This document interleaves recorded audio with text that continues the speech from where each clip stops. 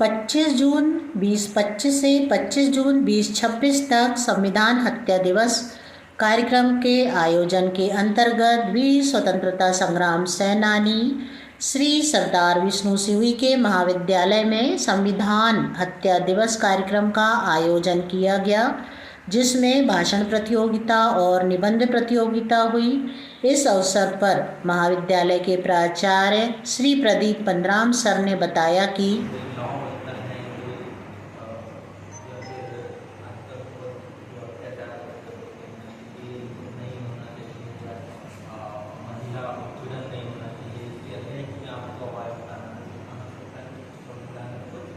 नियम कायदे कानून जो लिखित ब्यौरा होता है वो हमारे देश का एक लिखित नियमों से संबंधित क्या है, दस्तावेज कब लागू हुआ था? हाँ, संविधान कब लागू हुआ था? 26 जनवरी 1950। इसमें क्या क्या अपने अधिकार देता है ये इसके अंतर्गत? मौलिक अधिकार कौन तो बताया था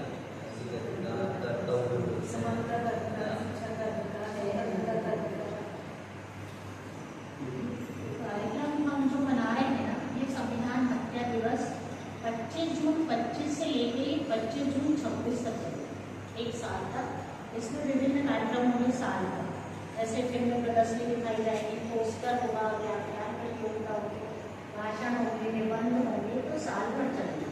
तो 1975 में जो समय तत्कालीन प्रधानमंत्री थी ना श्रीमती इंदिरा गांधी, उन्होंने आपातकाल लगाया था और भारतीयों के मौलिक अधिकारों की हत्या की, इसलिए ये संविधान हत्या दिवस के रूप में वर्तमान सरकार यह चाहती है कि वर्ष 1975 में जो हमारे संविधान का अपमान किया गया था या संविधान की हत्या की गई थी, उस घटना को याद रखने के लिए हम इस दिवस को संविधान हत्या दिवस के रूप में मनाएं। हमारी शासन यह चाहती है कि इस संविधान हत्या दिवस को हम जानें कि इसकी हत्या क्यों की गई, कैसे की गई, इससे नागरिकों के कौन से अधिकारों का हनन हुआ और हमारे किन किन कर्तव्यों ने हमें जगाया।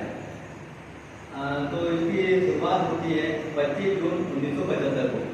अचानक श्रीमती इंदिरा गांधी घोषणा करती है कि राष्ट्र में राष्ट्रीय आपातकाल लगाया जाता है। तत्कालीन महामहिम फखरुद्दीन अली अहमद जिन्हें इसे लगाया था, यह संविधान में अनुच्छेद 352 के अंतर्गत निर्दिष्ट किया गया है कि राष्ट्रपति को यदि यह लगता है कि राष्ट्र में किसी प्रकार का आतंक फैल रहा है, राज्य को हानि हो सकती है या कोई बाह्य आक्रमण होता है, ऐसी स्थिति में संविधान के अनुच्छेद 74 के अनुसार राष्ट्रपति प्रधानमंत्री परिषद एवं प्रधानमंत्री की सलाह पर अनुच्छेद 352 के अंतर्गत राष्ट्र में राष्ट्रीय आपातकाल की घोषणा कर सकते हैं। यह हमारे राष्ट्र का पहला एवं एकमात्र राष्ट्रीय आपातकाल, इससे पूर्व ना ही कोई राष्ट्रीय आपातकाल लगा, न इसके बाद लगा, और हम प्रार्थना यही करेंगे कि इसके बाद कोई राष्ट्रीय आपातकाल जैसी घटना कभी ना हो, क्योंकि यह राष्ट्रीय आपातकाल लगभग 2 वर्षों तक रहा। राज्यों में राष्ट्रपति शासन लग जाता है तो उसके तहत हमारे समस्त अधिकार हटा दिए जाते हैं या कुछ समय के लिए निलंबित कर दिए जाते हैं, जब तक वहाँ राष्ट्रपति शासन अथवा राष्ट्रीय आपातकाल होता है। आदरणीय, मैं आप सभी को यहाँ इंगित करना चाहता हूँ कि हमारे संविधान में 3 प्रकार के आपातकाल की घोषणा की गई, यह इसका प्रावधान उल्लेखित है। सर्वप्रथम सबसे बड़ा राष्ट्रीय आपातकाल है जो कि अनुच्छेद 352 के अंतर्गत आता है। दूसरा आपातकाल है 356 के अंतर्गत जो कि राष्ट्रपति शासन का उल्लेख करता है, और अनुच्छेद 360 के अंतर्गत वित्तीय आपातकाल।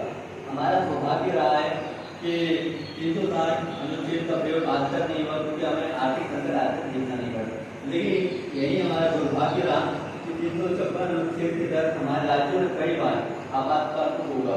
इसमें विशेषकर पंजाब में अधिकांश 5 या 6 बार आपातकाल होगा। वही स्थान हम देखते हैं कि हमारे यहाँ सौभाग्य भी है और एक छोटा सा दुर्भाग्य है कि हमें राष्ट्रीय आपातकाल केवल एक बार दी।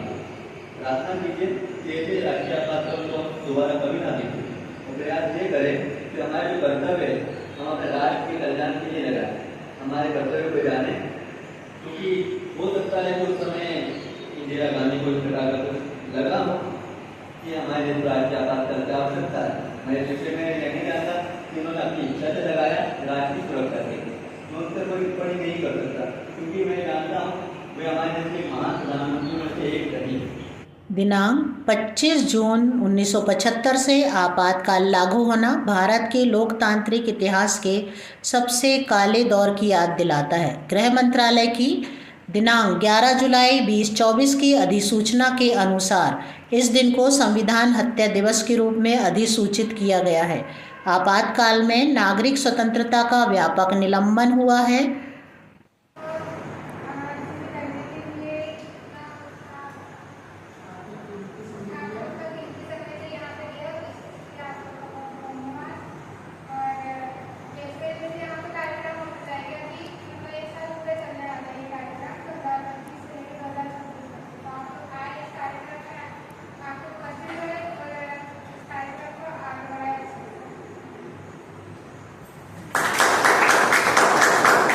भारत सरकार के निर्देशानुसार इस वर्ष दिनांक 25 जून 25 को राष्ट्र में आपातकाल लागू होने की 50वीं वर्षगांठ मनाया जाना है। धन्यवाद।